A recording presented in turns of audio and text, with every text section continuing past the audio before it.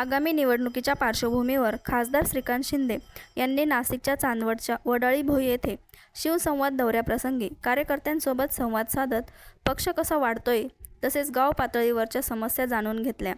याप्रसंगी शालेय शिक्षण मंत्री दादा भुसे, आमदार सुहास कांदे, भाऊ चौधरी कार्यकर्ते उपस्थित होते।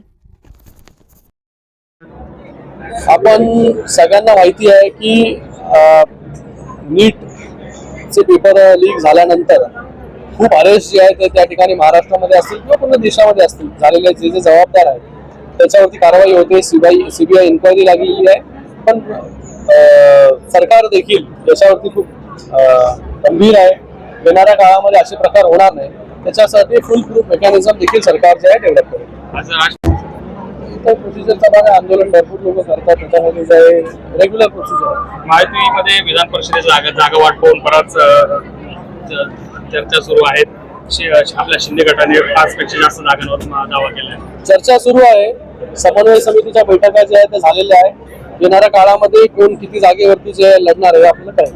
राष्ट्रवादीच्या नेत्या सुनीताताई पवार यांच्या नेतृत्वामध्ये आज राष्ट्रवादी काही नाराज आमदार होते, त्यांची बैठक पार पडली। मंत्री काही नाराज होते, त्यांचा पक्षाचा विषय, पक्षाच्या बैठका ज्या आहेत त्या वरिष्ठ नेतृत्वाबरोबर होत असतात।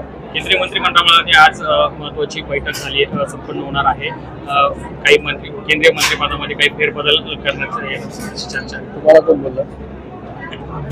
सरन्यायाधीशांनी एक वक्तव्य केलं होतं, त्या वक्तव्याचे मला वाटतं ते जे वक्तव्य आहे ते कशा प्रकारे बोलले गेलं आणि त्याच्यावर त्याचे पडसाद जे आहे ते उमटत आहे आणि मला वाटतं सगळ्यांनी त्याच्यामध्ये जे आहे आणि झुरळ पक्षाची स्थापना करण्यात आली, खूप फॉलोअर्स वाढत आहेत। खूप काही गोष्टी होत असतात, प्रत्येक गोष्टीवरती जे आहे तर चर्चा जी आहे ही 2.5 तास निफाड आणि चांदवड या विधानसभा मतदारसंघातील सर्वच पदाधिकाऱ्यांशी झाली। या बैठकीला मंत्री महोदय दादासाहेब भुसे, त्याचबरोबर आमदार महोदय कांदे साहेब, भाऊ चौधरी हे सगळे लोक जे आहेत ते उपस्थित होते। प्रमुख पदाधिकारी मीनाताई उपस्थित आहेत। तर या सगळ्या कार्यकर्त्यांशी संवाद साधण्यात आला, त्यांच्या काय समस्या आहेत, कशा प्रकारे पक्ष जो आहे तो वाढतोय, कशा प्रकारे नेमणुका झालेल्या आहेत, काय त्यांच्या गाव पातळीवरच्या समस्या आहेत, सगळ्या समस्येवरती जी आहे चर्चा झाली।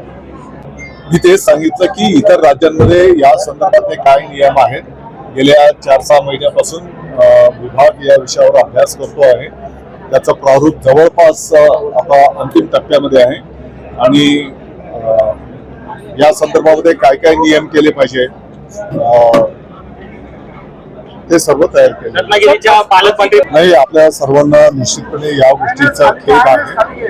मला वाटतं की अनेक विद्यार्थ्यांनी या परीक्षेची तयारी केलेली आणि या घोटाळ्यामुळे निश्चितपणे निराशा आहे। परंतु आपण जर बघितलं असेल तर केंद्र शासनाने अतिशय गंभीरपणे हा विषय घेतलेला आहे। सीबीआय चौकशी प्रगतीपथावर आहे, अनेक लोकांना अटक करण्यात आलेली आहे, त्याचा संपूर्ण डिटेल खोलपर्यंत तपास त्या ठिकाणी सुरू आहे। आणि या दृष्टिकोनातून नव्हे तर मला वाटतं की पाठीमागच्या काळापासूनच आम्ही पण क्लासेसच्या संदर्भामध्ये काही नियमावली करायला घेतलेली आहे। लवकरच त्याला अंतिम रूप देऊन आपल्या समोर ते येईल।